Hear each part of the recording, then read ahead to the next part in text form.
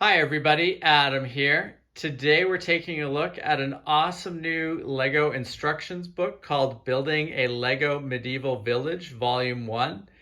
This book is by Peter Keith and is released by Brick Monster. We've covered some of Brick Monster's books before, always really happy with them, and they do a great job of sort of breaking down instruction sets for particular themes in Lego. And I'm a really big fan of Lego castles, and so I'm quite excited about the potential of some of the designs in this medieval village book and how they might work with our castle and other medieval builds. So really excited about this book from that perspective.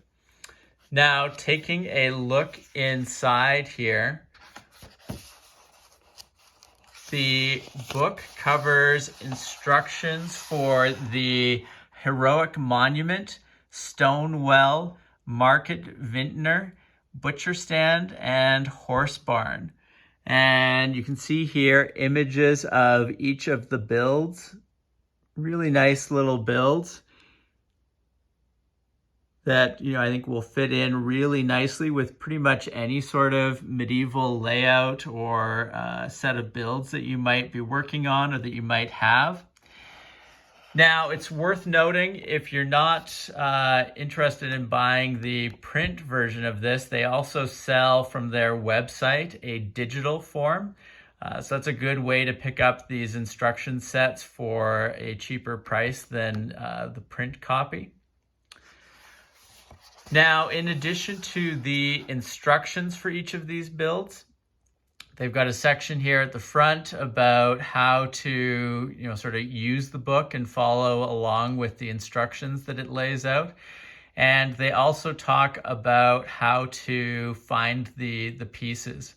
So, Bricklink is probably the easiest, but you can pick up a number of bricks from the Pick-a-Brick wall at the Lego store. But in general, each of the models that you can build within the book is very clearly laid out when it comes to the parts that it requires and each of the steps that you need to follow to build the model. It's all really clear. And, it's worth noting that, I think for a number of these, there's some different colors of bricks that you could use as well. So even if you don't have, the perfect list of bricks for one of these models, there's a number of places where you can likely swap in other bricks from your collection for, interior pieces. And even when it comes to doing some of the, like the roofing on some of these things, you could change the colors up a little bit and, it wouldn't detract from the overall model. So I think that's nice as well. It gives you some flexibility as you're going through and building each of these models. Now, I also really appreciate the photography throughout the book. They've done a really nice job of including images of the finished build for each one. In this particular case, we've got the butcher stand here. Really nice image of the finished model on an interesting background there.